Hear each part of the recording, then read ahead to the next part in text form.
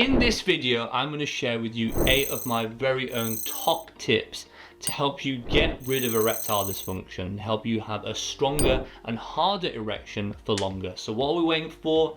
Let's begin. Okay, so let's begin with tip number 1, okay? First of all, in this video, I'm not going to be sharing with you fake or incorrect information on what helps with erectile dysfunction. I'm not going to tell you, I don't know, mix turmeric with something else and coconut oil or something like that and have a spoonful a day and it's going to give you the strongest erection ever known to man. What I am going to tell you is I'm going to tell you scientific information that is actually proven that helps, okay? I'm going to first start off with an example because I had a patient who this really helped them, okay? And basically, long story short, this patient worked 8 hours a day, like most of us.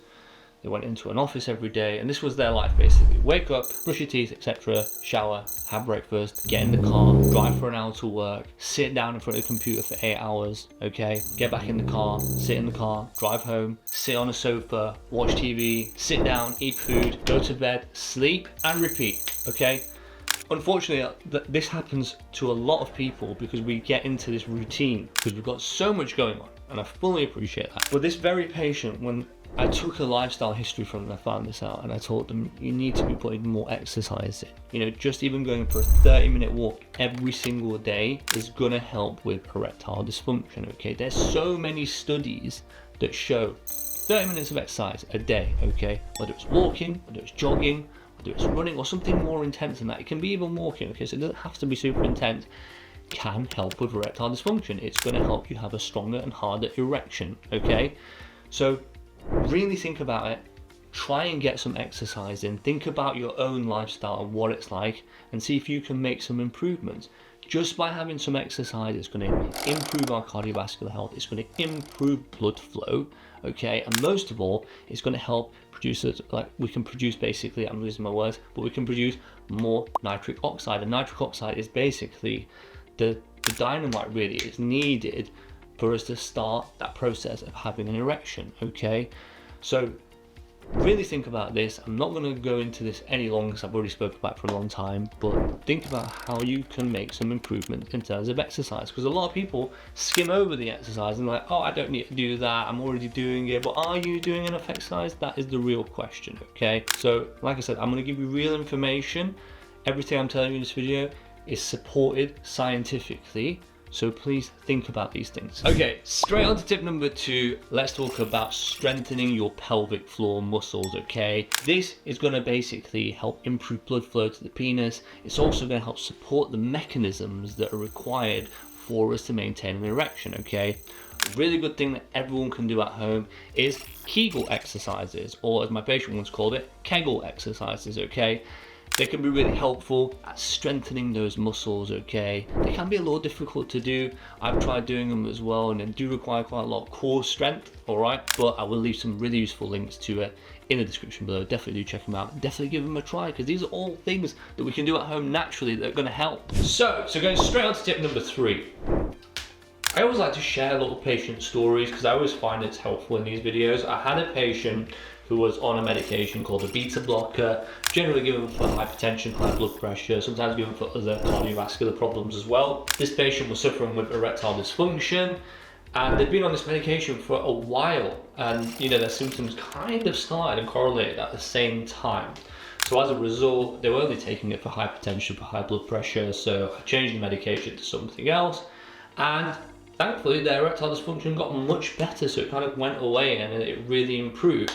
So what I want to discuss in tip 3, is some medication can make erectile dysfunction worse. So beta blockers are one, thiazide diuretics are another, serotonin reuptake inhibitors are another, okay? I'm gonna have a few come on screen here as well. If you are on any of these medications, this isn't the green light for you to stop them, okay? Because if they're getting prescribed, you need to speak to your medical provider about it and see if there is any correlation. Sometimes there is no correlation, it's happening before you even started on the medication, so it might not make any difference. But if there is some, then definitely speak to them and get some advice from them. And straight on to tip number 4, let's talk about nutrition, okay? The Massachusetts male aging study found some really interesting stuff when it comes to erectile dysfunction. Basically, you need to be having foods They're whole foods, okay? Exactly how they came to existence.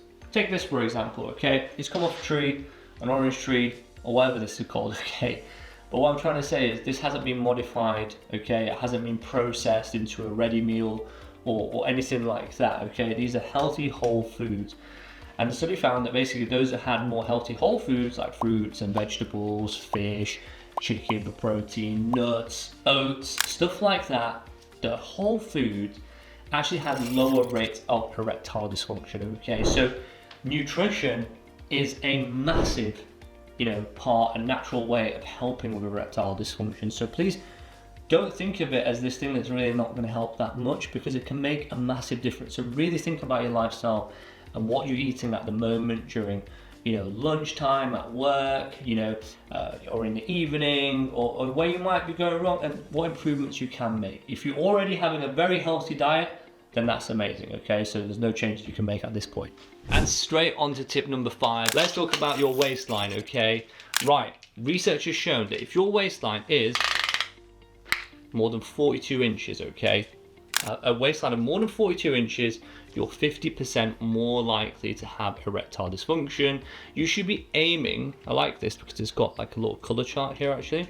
So you should be aiming to have your waistline at around 32 inches, okay? Do you see where it goes from green to amber? Okay, so anything below 32 inches is considered a lot healthier, and it's basically going to help us have a stronger and harder erection as a result, okay? Not only that, just by having a smaller waistline, it's also going to reduce your risk of cardiovascular problems, okay, like heart attacks and strokes, okay? So there's a lot of benefit. Now, if you do want help to lose weight, I do have my very own diet. It's called the Abraham diet. You can lose about 1 to 2 pounds every single week following it. It's helped millions of people on YouTube, and I will leave a link to it in the description. Definitely do check it out. I would really appreciate it. We'll get more views, and I hope you find it helpful as well. Okay, straight on to number 6, erectile dysfunction medication. You might have heard of them: sildenafil, known as Viagra, tadalafil, known as Cialis. There's more, okay? But in general, if you are on any of these sort of medicines, you got to take them right for the maximum benefit, okay? So they don't absorb very well, so always try and take them on an empty tummy. Use them about 30 to 60 minutes before anticipated sexual activity. And also, I was going to say something else right now, but I can't remember. Okay, yes, what I was going to say is alcohol. Sorry, I always have little things written down that I want to discuss. So alcohol shouldn't be taken at the same time, okay? The reason is alcohol is a natural depressant, and it's just going to reduce the effectiveness of these medicines, okay? Again, always speak to your medical provider about these medicines and the side effects and how to take them as well for more detail. This is just some general advice. Okay, and let's move on to tip number 7. Let's talk about these supplements, okay? Please stay away from these supplements that make these bogus health claims that they're going to help with erectile dysfunction, okay? There's a lot of supplements out there. It's highly unregulated. I see so many patients trying them and asking me about them, and I always tell them this: it's unregulated stuff. It's not checked and maintained like medication, okay? So there's no way you know that this little pill, for example, contains what it says on the packaging, okay? So be very wary of them. And also, sometimes they cause side effects for patients. Sometimes the side effects never really recover, the patient never really recover from them either. So just be really wary of these supplements, and if you're going to buy them for erectile dysfunction, where you're buying them from, because the last thing I want is for you to become unwell from them. I'd just stay away from them. A large element of it, I guess, is a placebo effect as well. We see it all the time, like even in studies when a new medication comes out and they compare it to placebo. Sometimes placebo does better than the actual drug, okay? Which is pretty incredible, just how your mind works, okay? Sometimes just by thinking this pill, for example, is gonna fix something or heal something or stop my pain or something, your mind can do some amazing things and actually make you feel better. In fact, I even saw this study, I'm rambling now by the way, but I saw this study a while ago about patients that had wrist pain or something like this, and they basically did this study where some of them had surgery and some of them didn't have surgery, but all that they did was put under general anesthetics and they just cut the skin and sort of sutured it back up. So the patients thought they had this surgery. I can't remember if it was on the wrist or on the back. But anyway, long story short, all the patients who had nothing done, just the suture, I think not all of them, or a very high percentage of them, that pain disappeared, okay? So what I'm trying to say is that the placebo effect is an incredible thing. We don't fully understand it, yet either, but stay away from the supplements because they are not regulated and they're dangerous, okay?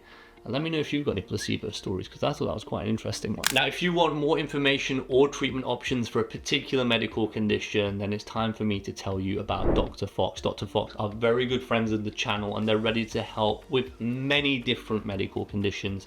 To learn more about Dr. Fox and their fantastic services, I'm going to leave a link in the description below. Definitely do check it out. And Dr. Fox, thank you for being our trusted sponsor. And now back to the video, straight on to tip number 8. Managing conditions that you might have. If you have high cholesterol, if you have high blood pressure, if you have diabetes that isn't controlled, over 50% of diabetics have erectile dysfunction. You need to manage these conditions, okay? Please speak to your medical provider about them. Get them managed. Just by managing these conditions, it's going to help with erectile dysfunction as well.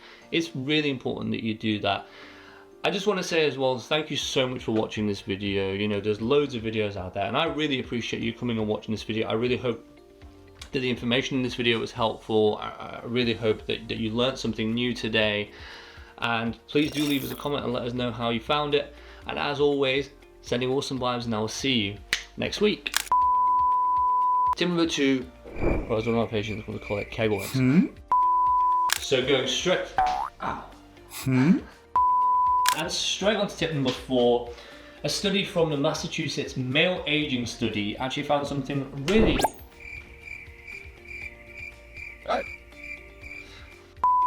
Let's talk. I did not expect that to make that noise.